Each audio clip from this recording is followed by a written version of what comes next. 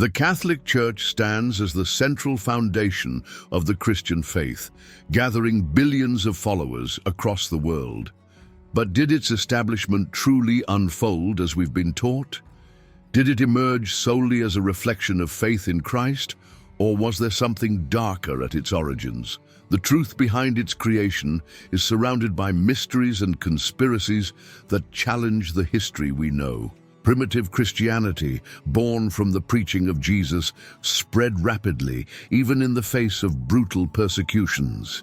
In the Roman Empire, its followers were seen as a threat to the established order, hunted and killed, and despite all these hardships, it managed to become the world's largest religion today. How was this possible? Who truly was behind the creation of the Catholic Church? Was it a spontaneous spiritual process or a meticulously planned political construction? Investigating its true origins may reveal secrets that would change everything we believe. The answer to this question begins to unfold when we examine how Christianity, despite lacking armies or political influence, was able to endure and grow within the Roman Empire. Persecuted for centuries, the Christian movement survived thanks to its community structure, its message of hope, and the adoption of marginalized groups. But its definitive rise came when Emperor Constantine realized its potential as a political tool. Constantine understood that uniting the empire under one faith could strengthen his reign. To achieve this, in 313 AD, he issued the Edict of Milan, granting religious freedom and ending the persecutions of Christians. This was the first step in transforming Christianity into the spiritual foundation of the empire. In 325 AD, Constantine convened the Council of Nicaea, where he defined a unified Christian doctrine, eliminating divergent beliefs and establishing the groundwork for what would become the Catholic Church. Soon after, Christianity became the official religion of Rome, solidifying itself as a power institution that would not only govern faith, but also the fate of nations. If you're enjoying the content, don't forget to leave a like and subscribe to the channel. Now, let's get back to the video. The consolidation of Christianity within the Roman Empire was not merely a matter of faith, but also of political strategy. By adopting this religion, Constantine not only ended the persecution of Christians, but also used the faith as a means to unify his empire. However, the sincerity of his conversion has always been questioned. Before the decisive battle of the Milvian Bridge, Constantine is said to have had a vision of a cross in the sky, accompanied by the message, "In this sign you shall conquer." From that moment, he adopted the Christian symbol and emerged victorious. But was this conversion genuine or just a calculated maneuver? There are indications that he manipulated Christianity to strengthen his rule. At the Council of Nicaea, divergent doctrines were declared heretical, and a single version of the faith was imposed. Constantine played a pivotal role in this process, shaping the church to suit his political interests. Thus, the religion that had once been persecuted became an essential tool for imperial power.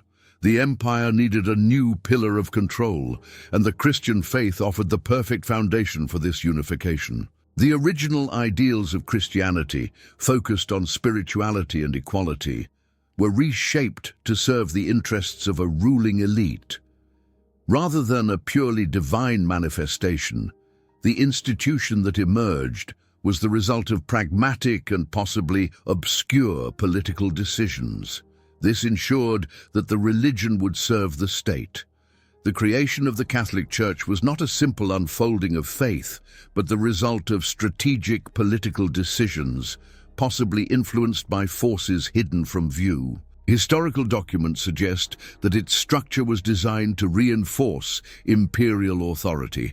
But the big question remains, was Constantine the true founder of Catholicism, or were there hidden forces guiding this process? There are theories suggesting that secret societies and mysterious orders played a crucial role in its formation. These groups, with hidden agendas, might have been manipulating the course of the religion to consolidate a power that transcended the empire itself. The hypothesis that political figures and secret organizations controlled the fate of the Roman Empire, and consequently the history of Christianity, raises questions about to what extent faith was shaped by external interests.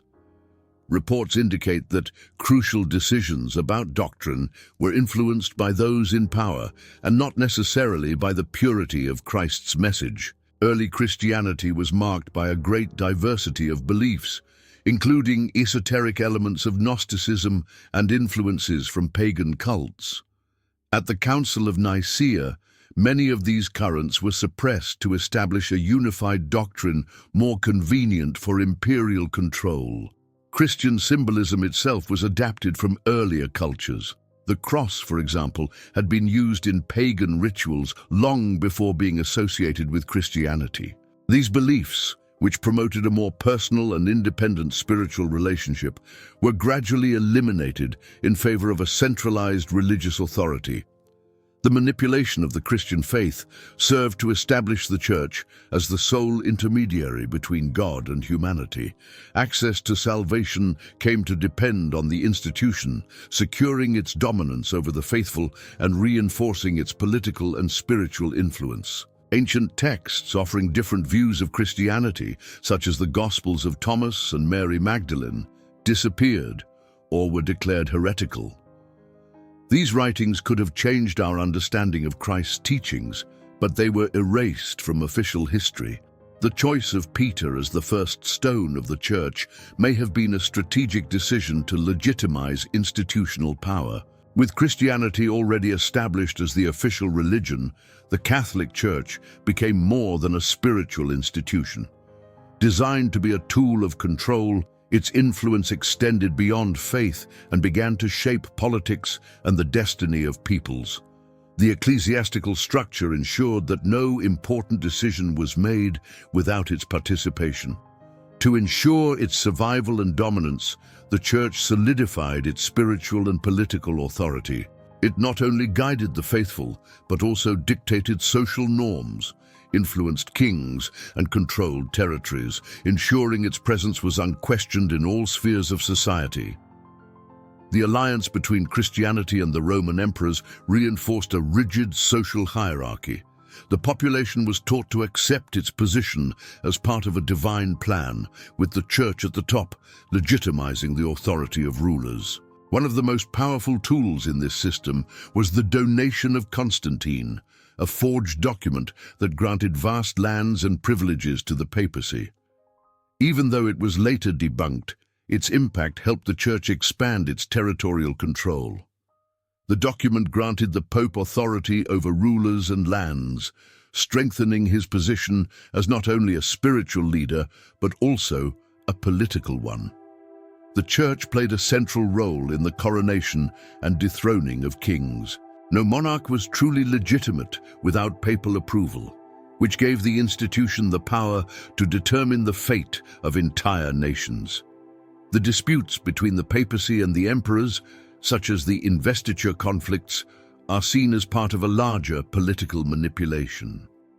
Some theories suggest that these conflicts were actually carefully staged performances designed to distract the public and reinforce the need for religious authority above kings. Control over narratives and education was another pillar of ecclesiastical supremacy. To maintain this dominance, the Church exercised absolute control over education and culture. During the Middle Ages, almost all teaching was under its supervision, ensuring that the population grew within the values and worldview imposed by the clergy. Schools and universities were controlled by ecclesiastical institutions, and curricula were aligned with Catholic doctrine. Secular knowledge was molded to reinforce the Church's authority, excluding or reinterpreting ideas that threatened its dominance. Monks, tasked with copying manuscripts, also altered passages that could weaken the Church's power. This control over texts allowed faith and philosophical, scientific and historical thought to be directed in accordance with religious interests, consolidating the Church as the primary holder of truth in Europe. The case of Galileo Galilei became one of the most emblematic examples of this repression.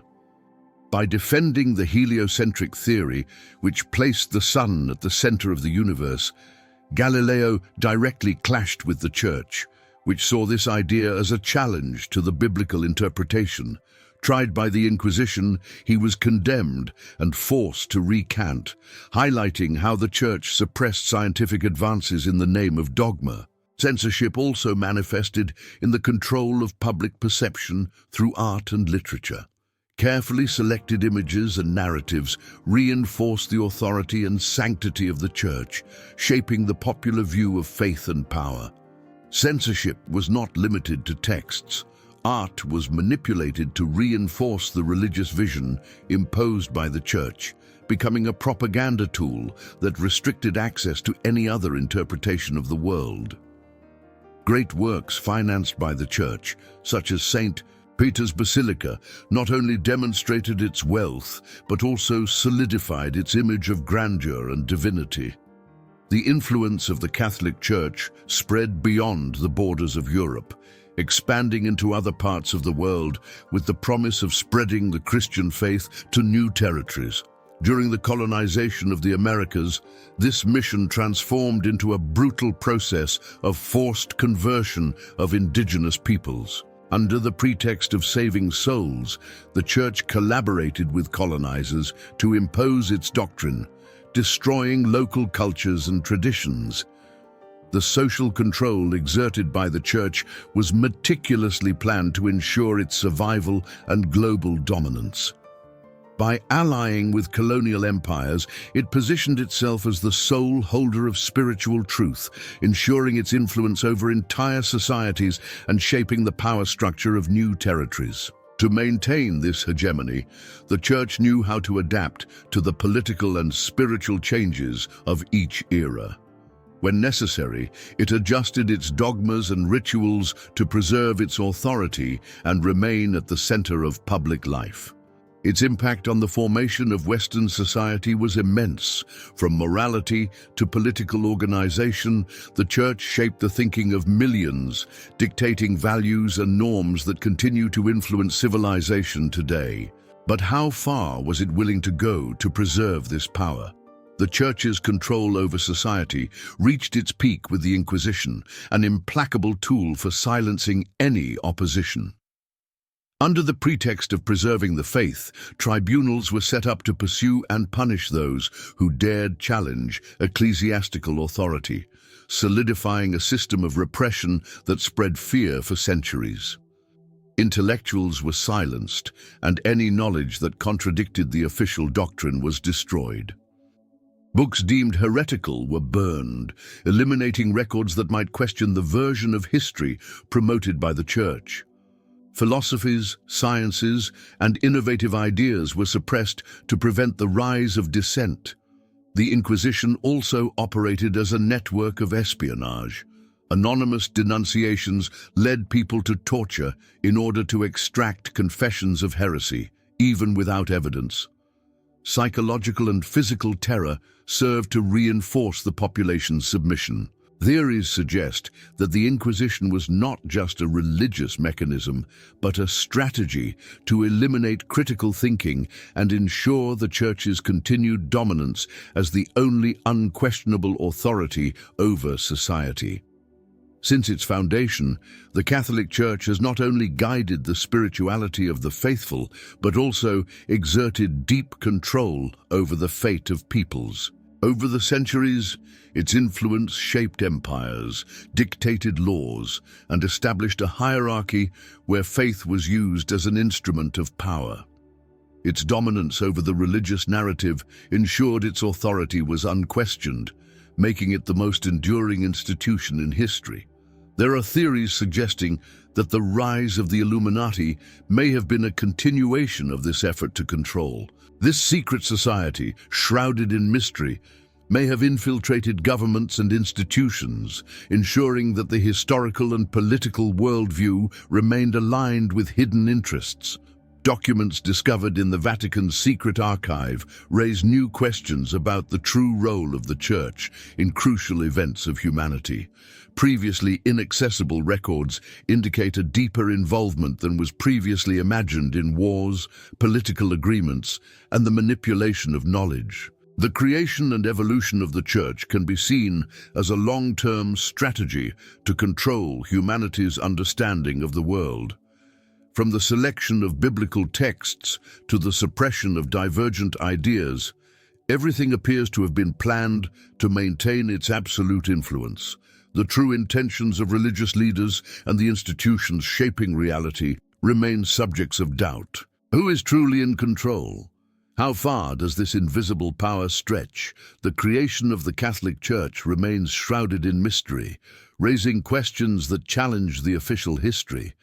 The traditional narrative presents its foundation as a natural unfolding of Christian faith, but there are gaps that suggest a much more complex and strategically planned reality.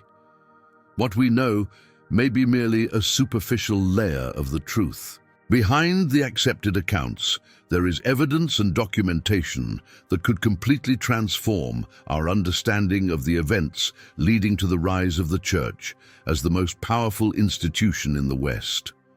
The search for truth reveals a pattern of control and influence that has spanned centuries.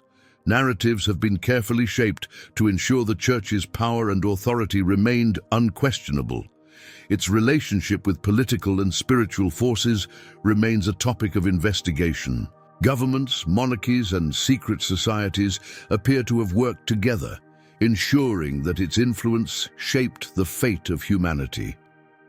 More than a religious institution, the Church defined the worldview of millions, determining what should be believed and erasing any possibility of contestation.